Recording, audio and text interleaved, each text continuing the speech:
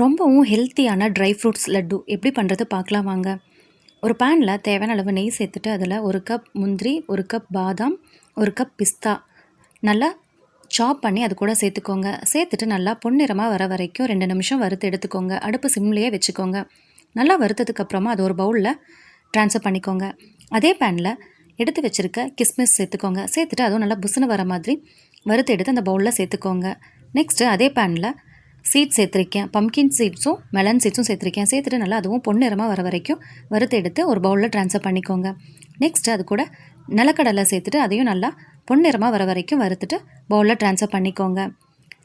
அதே பேனில் 1 கப் துருவன தேங்காய் சேர்த்துருக்கேன். இது ஆப்ஷனல் தான். சேர்த்துட்டு நல்லா இதுவும் பொன்னிறமாக வர வரைக்கும் வறுத்துக்கோங்க. தேங்காய் நல்லா வறுத்துக்கோங்க, இல்லைனா லட்டு சீக்கிரம் கெட்டுரும். அதே பேனில் கொஞ்சமாக நெய் சேர்த்துட்டு 1 கப் பேரிச்சம்பழம் நல்லா கொரகொரப்பாக அரைச்சி அது கூட சேர்த்துருக்கேன். சேர்த்துட்டு அதையும் அந்த பவுலில் சேர்த்துக்கோங்க.